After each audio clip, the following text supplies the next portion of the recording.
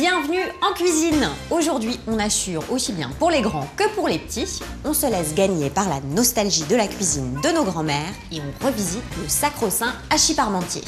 Côté viande, on opte pour une barquette aussi savoureuse que pratique, déjà assaisonnée et prête à poêler. Et côté purée, on s'en mitonne deux pour le prix d'une, histoire qu'il y en ait pour tous les goûts et toutes les couleurs.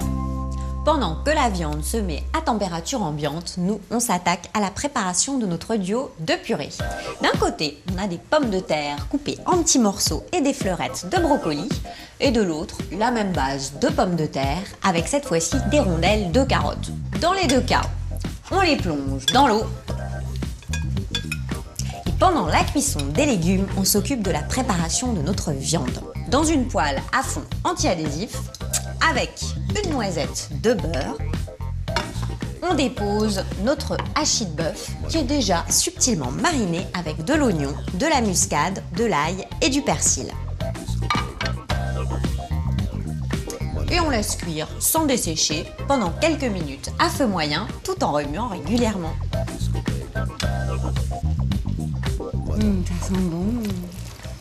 Notre viande patiente maintenant hors du feu, nos légumes sont cuits et ramollis, alors on préchauffe le four à 210 degrés et on peut préparer nos purées. Dans chaque saladier, on saupoudre d'une pincée de muscade. On arrose avec quelques cuillerées de lait, on enrichit avec quelques copeaux de beurre,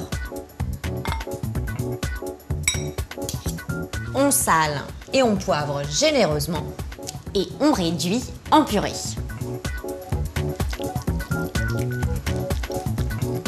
Côté mise en forme maintenant, on va moderniser un peu la tradition et se laisser gagner par les tendances du stylisme culinaire avec une présentation en joli petit ramequin individuel transparent.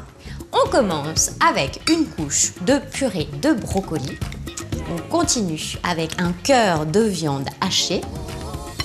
On poursuit avec une couche de purée de carottes. Et on conclut sous une pluie de parmesan et avec quelques petits copeaux de beurre prêts à gratiner. Et voilà, il n'y a plus qu'à enfourner.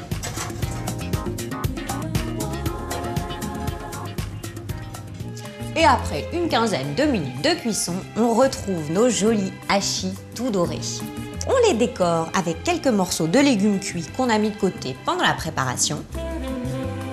Et puis, on n'attend surtout pas que ça refroidisse avant de les dévorer.